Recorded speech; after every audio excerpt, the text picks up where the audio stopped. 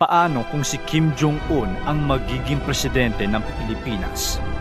Elections Day, dumating na ang araw na pinakahihintay natin.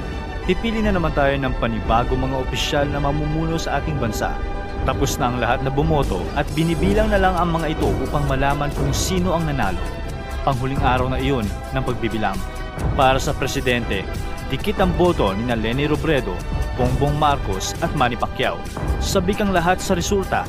May mga nakasuot ng pink sa kalsada, habang ang iba naman ay sumisigaw ng Bongbong! Bongbong!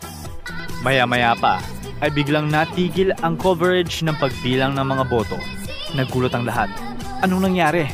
Sino na ang nanalo? Biglang bumalik ang coverage. Nakikita mong tila kabado ang mga reporter sa TV. Bigla na lang nag-anunsyo. Magandang gabi sa ating lahat. Opisyal nang tinigil ng COMELEC ang pagbibilang ng mga boto.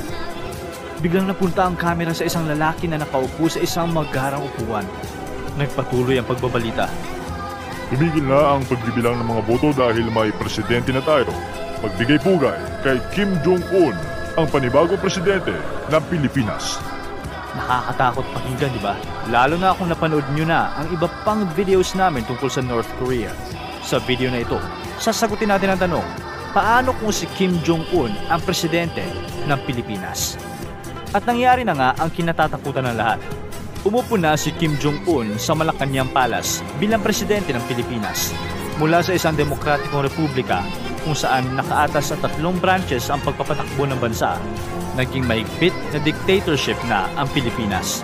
At nakita ang pagbabagong ito nang ipinakalat na ni Kim Jong-un ang kanyang mga sundalo sa lahat ng parte ng bansa.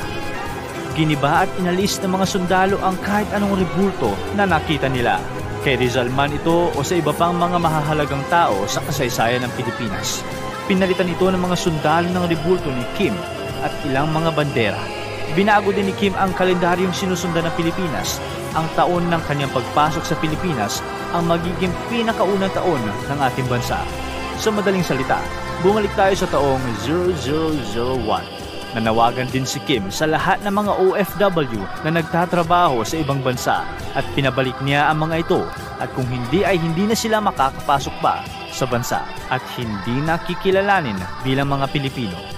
Para naman sa mga foreigners na nasa bansa, pinaalis na silang lahat ni Kim Jong-un upang wala nang taga-ibang bansa sa loob ng Pilipinas. Pagkatapos nito, nagpadala ng survey si Kim Jong-un sa mga tao at sa iba't ibang pamilya sa Pilipinas. Sa survey, tinanong ang mga tao kung tanggap ba nila ang pamamahala ni Kim at kung gaano sila katapat sa bagong presidente.